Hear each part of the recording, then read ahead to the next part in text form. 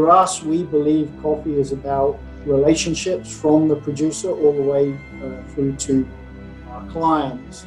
And of course, when one side of that relationship is hit by some sort of disaster, it's going to impact all the way along the business chain. So we feel as ICT, we have a responsibility towards our origin partners when they get hit hard by something like a hurricane.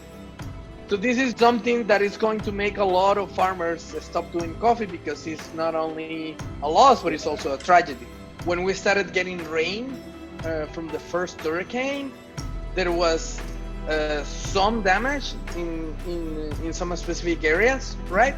And then we had already a problem, right? We had a lot of people evacuated, we had roads destroyed, but then we had a period of 3 or 4 days where everything was fine. Mm-hmm. And then all of a sudden, like this other tropical depression is coming, and the tropical depressions get transformed into a tropical storm, and then gets into a hurricane, and then the hurricane gets to, like level 4, almost level 5, and then it gets here.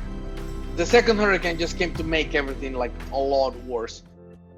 Después del desastre, del fenómeno que pasó acá en nuestra comunidad, pues fue un susto para nosotros, una tristeza, ir a nuestra finca y ver el desastre que se hizo en la finca de café, ¿verdad? Yo pierdo 2 manzanas y media de plantilla de segunda cosecha, y eso es un dolor en el corazón que cuesta que pase, ¿verdad?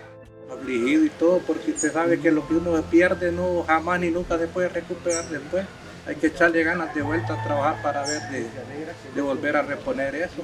Que no es fácil levantar un palito de café. Son 3 o 4 años de estar desmontando y trabajando para ver lo grande. Con eso, ahorita estamos queriendo lograr el cafecito que hay, pero las fincas están como un poco quemadas de la hoja. Las molestó bastante el aire. Se reventaron grandes palincones que nunca habíamos visto nosotros, ese desastre, que yo en mi vida, pues yo estoy asustado de lo que ha pasado. There were like around 10 farms that were completely destroyed.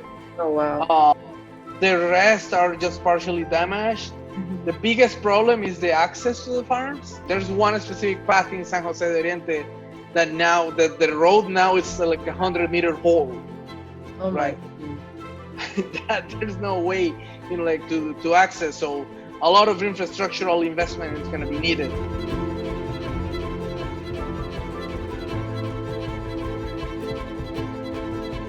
It's definitely going to be challenging, but we have our hands, and we can still do things. I mean, it's definitely possible.